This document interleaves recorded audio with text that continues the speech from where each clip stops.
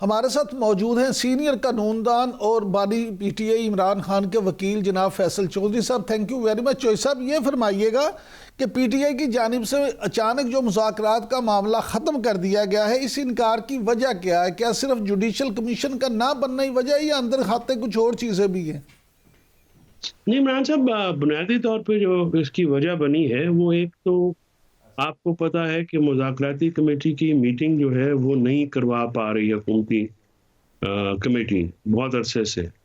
دیکھیے، ہم ان مذاکرات میں انٹرنل پریشر جو ہمارے کارکنان کا ہے، جو جیلوں میں ہیں ان کی فیملیز کا، شہداء کی فیملیز کا، جو مسنگ پرسنز ہیں وہ ان کی فیملیز کا، اور جو زخمی ہیں سارے کارکنان کا ہم پہ بے پناہ دباؤ ہے. اس کے باوجود ہم ان مذاکرات میں گئے ہیں اور سنجیدگی کے ساتھ گئے ہیں. لیکن عین مذاکرات کے جب یہ ہم نے ان کو مطالبات بھی دیے تو اس دن جب حامد رضا صاحب جو ہیں، صاحبزادہ حامد رضا نہ صرف وہ مذاکراتی کمیٹی کا حصہ ہیں بلکہ بینگ اے اسپوکس پرسن وہ پی ٹی آئی کی مذاکراتی کمیٹی کا چہرہ بھی. تو ان کے مدرسے پہ چھاپہ مارا گیا، غیر قانونی طور پہ ہراساں کیا گیا اور ان کو اریسٹ کرنے کی کوشش کی گئی. تو عمران صاحب، یہ جو رویہ ہے حکومت کا وہ شریفانہ نہیں ہے، اور ہم اس کو حملہ تصور کرتے ہیں مذاکراتی عمل کے اوپر اور مذاکراتی ٹیم کے اوپر. تو یہ بنیادی وجہ بنی ہے جو کس چیز کی وجہ سے مذاکرات حکومت کے ساتھ معطل ہوئے ہیں. لیکن اس کے ساتھ ساتھ ہم نے اپوزیشن جماعتوں کے ساتھ مذاکرات کا عمل سٹارٹ کیا ہوا ہے، اور وہ عمران خان صاحب کی ہدایت کے مطابق اب اس کو ایکسپیڈائٹ کیا جائے گا. آج بھی کچھ ملاقاتیں ہو رہی ہیں، کل بھی ہوئی ہیں، اور آنے والے دنوں میں آپ دیکھیے گا کہ مختلف جو اپوزیشن کی سیاسی جماعتیں ان سے ملاقاتیں ہوں گی. چودھری صاحب، ایک طرف پی ٹی آئی نے مذاکرات میں شرکت سے انکار کیا ہے، دوسری طرف حکومت کے ساتھ دوبارہ مذاکرات شروع کرنے کی مشروط جو ہے وہ اندیا بھی دیا ہے. سلمان اکرم راجہ صاحب نے فرمایا ہے کہ جناب اگر حکومت خلوص نیت دکھائے تو ہم دوبارہ غور کر سکتے ہیں. تو بنیادی طور پہ یہ بتائیے گا کہ پی ٹی آئی مذاکرات چاہتی بھی ہے یا نہیں؟ دیکھیے، ہم مذاکرات تو چاہتے ہیں، ہم تو سیاسی جماعت ہے نا صاحب، ہمارے پاس کوئی اور آپشن ہے نہیں. لیکن مذاکرات کا جو ماحول ہے وہ بنانا اور اس کا پہرا دینا حکومت کا کام ہے، کیونکہ جو اختیار ہیں وہ حکومت کے پاس ہوتے ہیں. اب دیکھیے نا، اس کمیٹی میں جس کے کنوینر اسپیکر نیشنل اسمبلی ہیں، جس کے ممبران میں ڈپٹی پرائم منسٹر ہیں، اور وہ شریف فیملی کا بہت اہم حصہ ہیں. اس میں سابق وزیر داخلہ رانا ثناء اللہ صاحب ہیں. اس میں جو ممبران ہیں دوسری جماعتوں کے وہ بھی بڑے سینئر اکابرین ہیں اپنی اپنی جماعتوں کے. لیکن ان سب کچھ ہونے کے باوجود دیکھیے کہ ملاقات نہیں کروا سکے. تو اور مریم نواز شریف کی پنجاب میں حکومت ہے، تو یہ پھر شکوک و شبہات کا جنم لینا یا سوالیہ نشان اٹھنا، سوالات تو اٹھیں گے اس سارے ماحول کے اوپر جب آپ جو ہے خود حکومت میں ہیں پنجاب میں، اور آپ کی جیل آپ کے اندر ہے اور آپ ملاقات نہیں کروا سکتے. اور 2 دفعہ ملاقات جو ہے وہ حکومت سے طاقت سے بڑھ کے جو طاقتور ہمارے حلقے ہیں ان کی طرف سے یہ مذاکرات ہوئے ہیں اور 2 دفعہ ملاقات ہوئی ہے.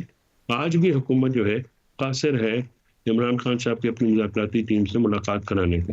اچھا چودھری صاحب، اگر جو جوڈیشل کمیشن ہے یہ والا مطالبہ پورا کر دیا جائے اور جوڈیشل کمیشن کا اعلان کر دیا جائے تو پھر کیا آپ سمجھتے ہیں کہ پھر مذاکرات دوبارہ شروع ہو جائیں گے؟ کیونکہ باقی جو اقدامات ہیں وہ تو کمیشن کی رپورٹ آنے کے بعد ہی ہوں گے نا.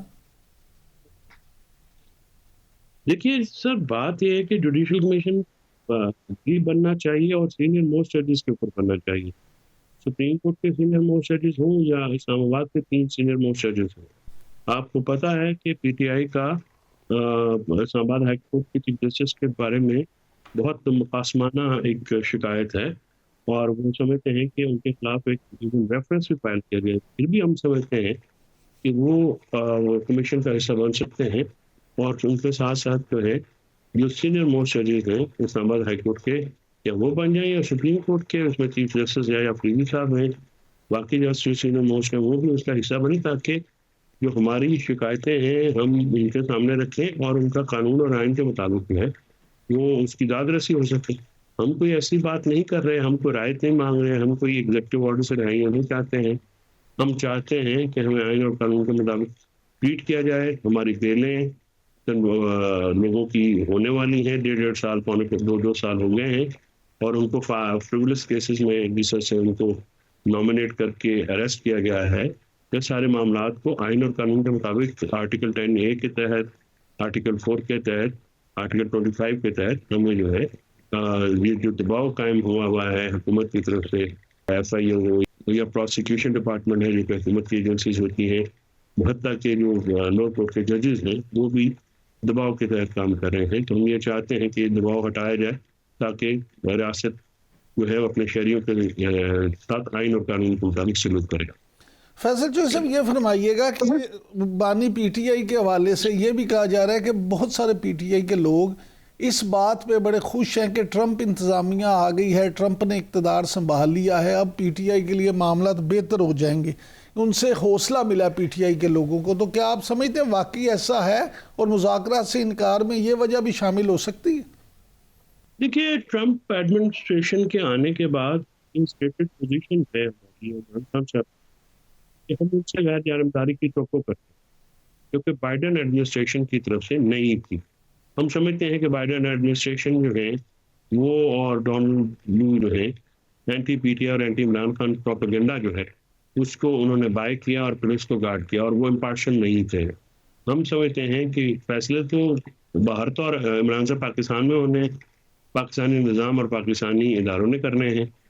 باہر جو ہے ہم یہ ضرور ایکسپیکٹ کرتے ہیں کہ وہ غیر جانبدار رہیں گے، اور پاکستان میں ہونے والی ہیومن رائٹس کی جو خلاف ورزیاں ہیں، جس طرح بنیادی شرعی حقوق معطل ہیں، جس طرح سے عدلیہ کے نظام کو جکڑا گیا ہے، تو اس کے اوپر جو ہے وہ انٹرنیشنل جو ادارے ہیں، ممالک ہیں، وہ اپنی آواز اٹھائیں گے. تو اس حد تک تو اطمینان ہمیں ڈیفینیٹلی ہے کہ ٹرمپ ایڈمن جو ہے وہ ہمارے خلاف جو ہے وہ ایک باعث جو ہے رویہ یا اپروچ نہیں رکھے گی جیسے کہ بائیڈن ایڈمن کا تھا.